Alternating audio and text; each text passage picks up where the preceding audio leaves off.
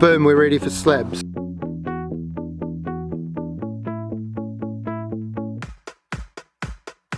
When you're tackling a foundation here in New Zealand, there's two main ways.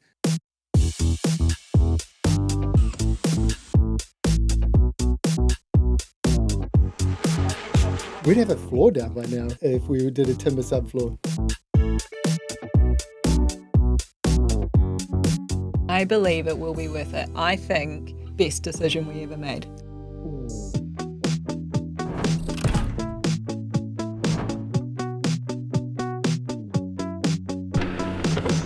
Yo! It is Tuesday the 16th of November. Wow. I'm keen. It's Tuesday the 16th of September and we are on the last layers of backfilling. I wonder how many times I've said that, Sam. And we are prepping a concrete slab.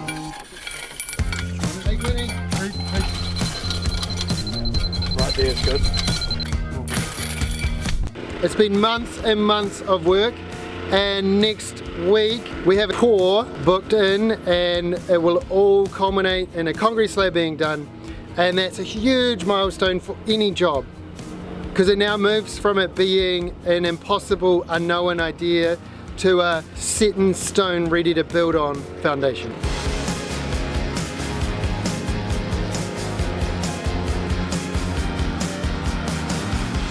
I've seen you guys commenting on how much easier it would be to do a timber subfloor, just chuck some poles in and build up. And don't get me wrong, there's been a few times where I've thought the same thing. So today we're going to unpack timber subfloors versus concrete slabs. We're going to talk about what they are, when to use them, the price of each, and the factors that influence going this way or that way. Let's go and have a look at site.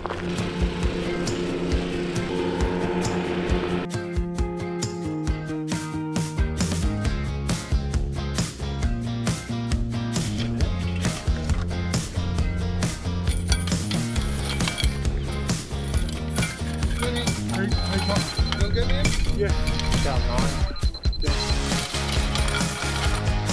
Down 7.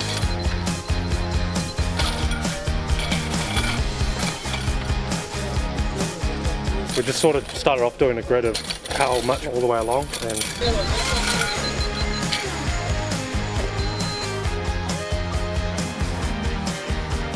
Quick history lesson, timber piles were standard before the 1900s here in New Zealand. Why?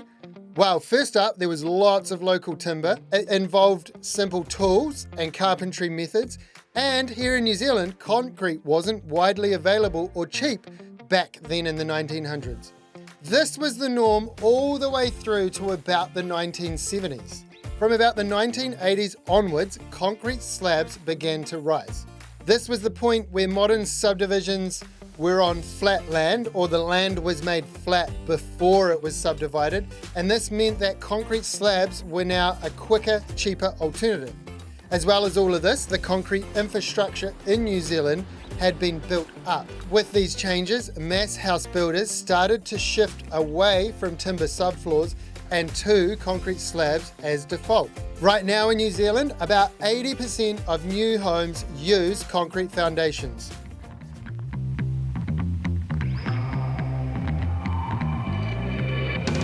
You just stay on the digger, we'll do a few loads, Quinny. Yeah.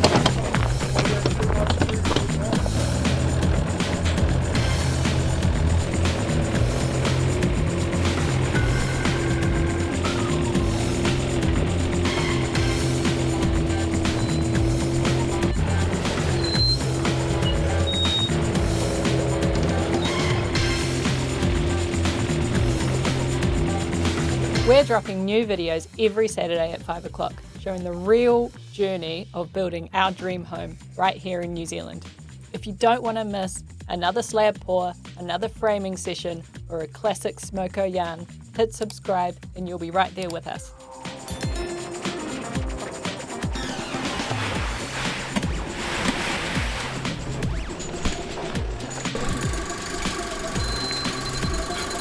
down 16.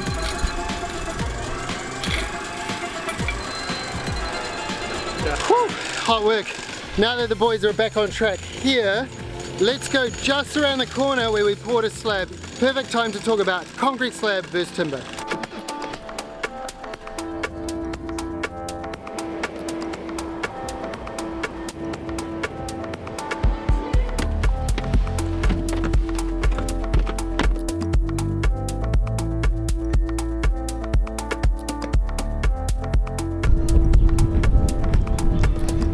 How you doing? Good. This looks good.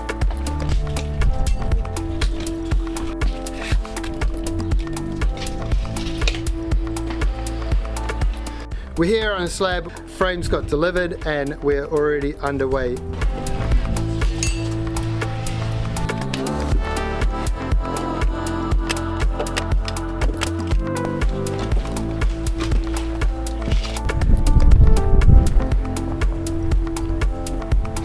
So this is a concrete slab. Basically that's it, a 300mm thick slab of concrete laid on the flat ground. It starts with ground prep and we put in all the drainage, then we make that flat mint, then we build the edges, that's called formwork or boxing. From there we put in DPM to protect it from the damp coming up, then we put in pods, steel, mesh, and the final layer of concrete.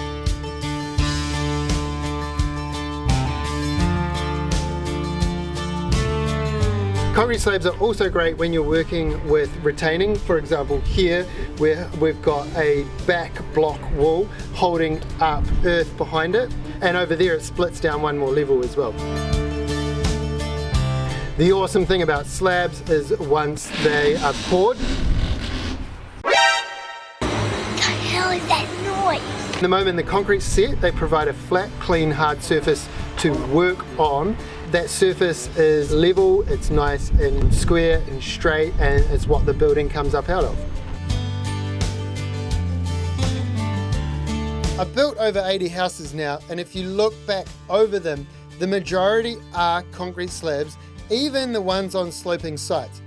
Picking that point where you chop the land here and build a retaining wall here, and you fill here. I think about the Papakofi job and the Korokoro house. They were great examples where we did split level concrete slabs and a timber floor to finish off. This is the formwork we use, and it goes around the entire perimeter like that. That gets braced up nice and straight and strong. The thing about concrete is it has an insane amount of pressure in it as it's setting, and so you do not want to blow out. And I suppose that's one of the hard things about a concrete slab, is you're doing a bunch of temporary work to build an edge for the concrete to set up against it, and then you take that all away. But the great thing about a concrete slab is we now have an edge here, 150 mils down. We're allowed to pour concrete up to there, and because of that, it hunkers down into the ground way better. It makes all of your landscaping components way easier. Whereas a timber subfloor has to be a minimum of 450 out of the ground, but there's different times and reasons you'd use both.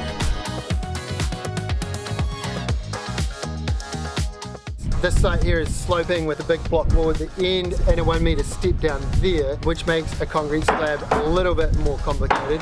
However, on some of our other sites that are flat, these go down in a week.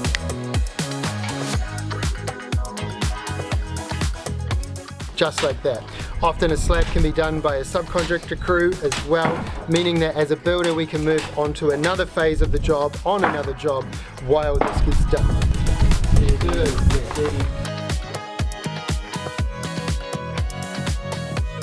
I have to run.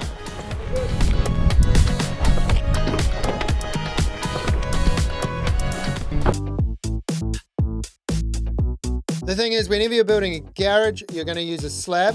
And so my last house on the section nobody wanted had a basement garage, and this was a concrete slab. And then I built the rest of the structure up and out over that on timber piles. This made the entire floor of my upper level timber. And while this was the best way to solve the problems on that site, it was one of the reasons we've decided to go for concrete on this site. Why? Just ask Nicole. And it's very, very, very noisy, especially with 5 stompy-footed people.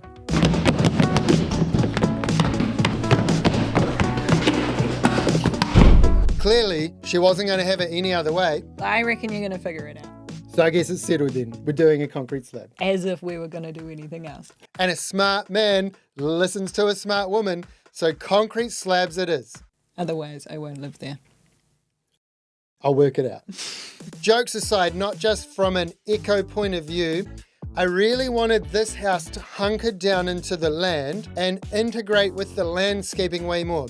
You see, when you build a timber house, it's up out of the ground, and I'll show you exactly what I mean at the section nobody wanted, but having that timber subfloor means integrating all of that landscaping was a lot harder. And last time I did it on the back end, I did it after I'd built the house and could no longer get any big machinery in. This time round, hunkering the house into the ground, landscaping first, concrete slabs for the win.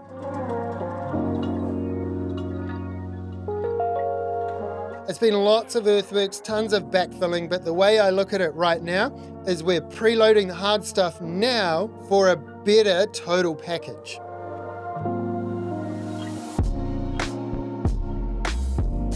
So I've stopped in at my house, the section nobody wanted, to take a look at a timber floor and why I used it here.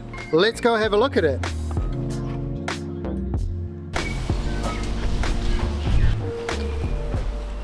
So here I am, under my house. We should tell the kids to jump around. Cool Jake.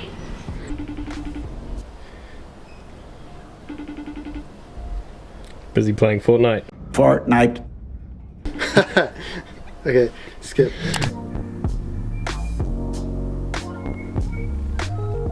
So what is a timber subfloor? Well, it starts with piles, bearers, joists, and then finishes with a flooring sheet, usually a 1.2 by 2.4 or 3.6 meter strand board type product. You start by digging or drilling holes down. Here I had to go 4 meters into the ground. And if you're going that deep, you need to use an engineer and a lot of steel. And then we put a traditional timber pile into that, and that comes up. You then cut them all level, you put all your bearers in, and then opposite to your bearers, you put in all your joists, and then on top of your joists, and again opposite, you put in your flooring sheets. On top of your flooring sheet, you then put your finished flooring, such as carpet, vinyl. Here I put a wood overlay. Tiles is another option.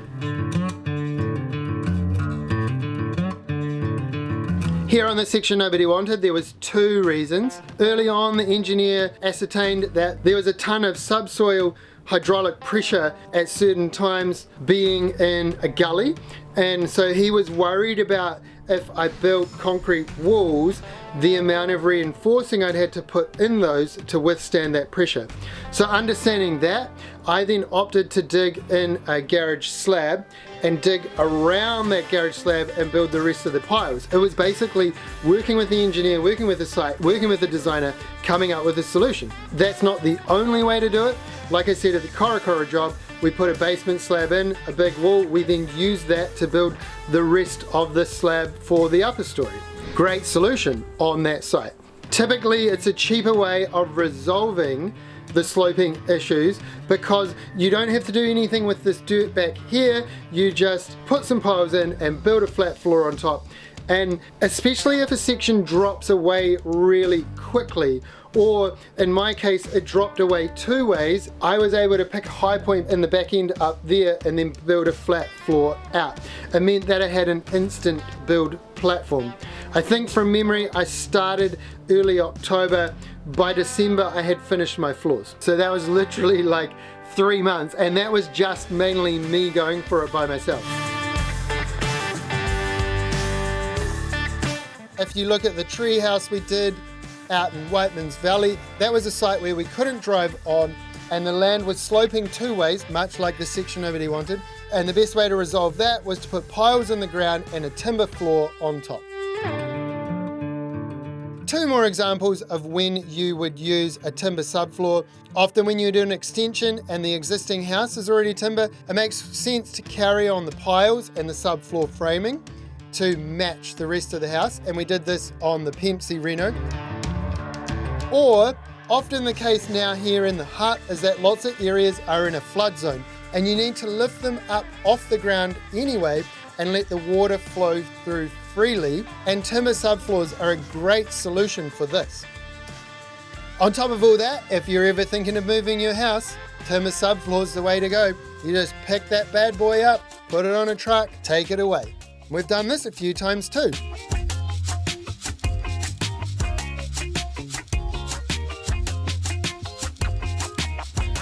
One thing to note is that buildings that have a second level will usually use a very similar design to this. That's called a mid-floor. A mid-floor when it's over a story below, a subfloor when it's the only floor over dirt.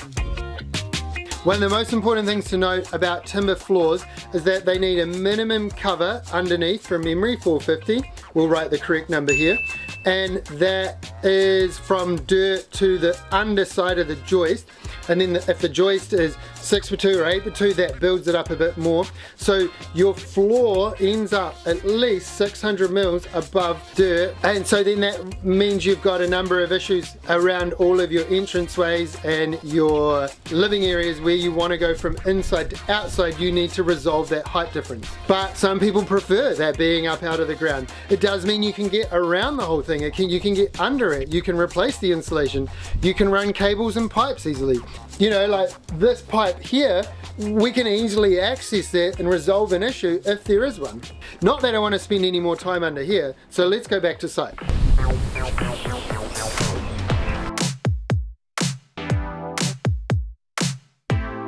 Fruju time. Tuesday the 16th of September, not November. And back for the third time today, this time with Fruju's. One for you, Sam.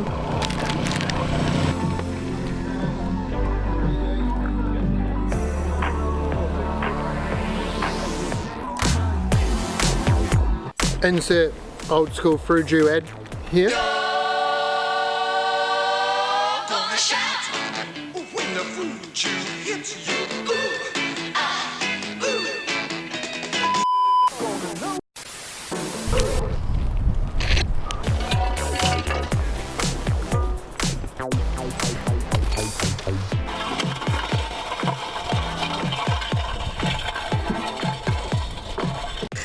So we're down here where the future guest accommodation is going to go, just a tiny 30 square metre studio. So even on that build up there, I managed to sneak in a timber floor.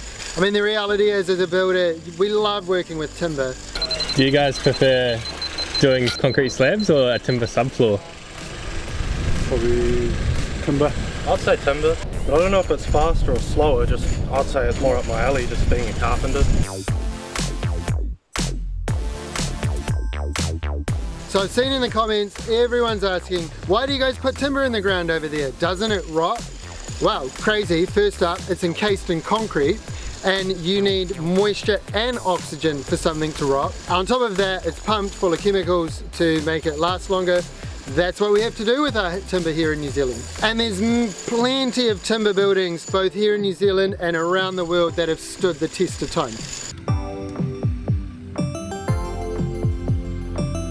So in conclusion, it really depends on what you want. Your site, your budget, your design. Our decision came down to a couple of things. Landscaping, being close to the ground, wanting a premium feel, and most importantly, we wanted less sound traveling throughout the house.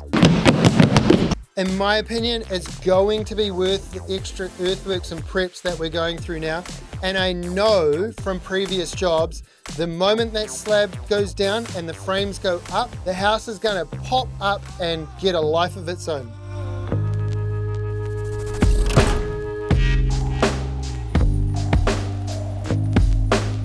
Yo, sign off squad, you've made it to the end of another video.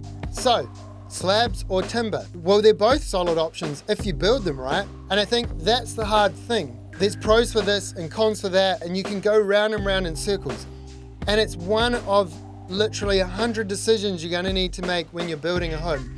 And so the most important thing is that you work out what your priorities are and you stick to your guns, because there's gonna be so many times throughout the process where people say, oh, why didn't you do this? And even I think sometimes, man, should have done this, would have had a timber subfloor.